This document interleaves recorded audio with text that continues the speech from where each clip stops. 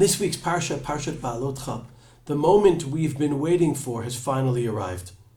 After more than a year in the desert and the challenges that they faced culminating with the Chet HaEgel, the Jewish people have finished the construction of the Mishkan.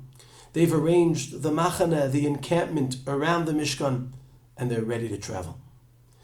This week's Parsha describes the sacrifice of the Korban Pesach and the details of how they would follow the cloud of God as it led them through the desert.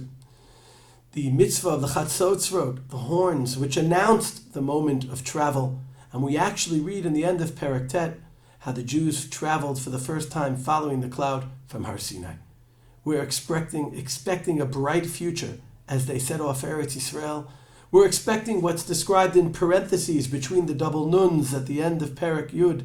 Vayihi bin Soah ha'aron, Vayomer Moshe, Kuma Hashem, Vayafutzu Oivecho, etc. But of course, these psukim are in parentheses because what we actually read about in Perek Yud Aleph is how things fell apart.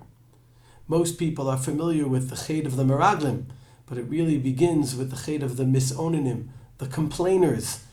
In Perek Yud Aleph, in chapter 11, the travel of the Jewish people goes bankrupt. You can see this in the contrast between the words of Moshe right before the parentheses and the words right afterwards. In Moshe's invitation to Yitro to join the Jewish people as they set off for Israel, he emphasizes many times the goodness, the tov he anticipates the Jewish people finding in Israel. But in Perek Yud Aleph, as the Jewish people complain, the Torah tells us, Uve'ene Moshe ra. In Moshe's eyes, it's bad. It even infected Moshe.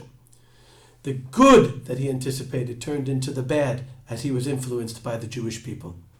And I think that this word bad is really at the very beginning of the Torah's descriptions of the complaints of the Jewish people, where the Torah says, Vayehi ha'am kemisonanim ra, which really encapsulates what the issue was. The Torah doesn't get into what exactly bothered them. As Rashi said, they were looking for an excuse to complain.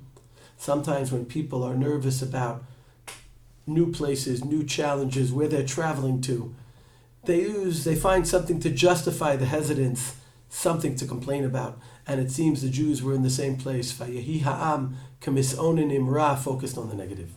David HaMelech teaches us in Sefer Tehillim, Mi ha'esh hachafetz chayim, who is the one who desires life, who lives a desirable life?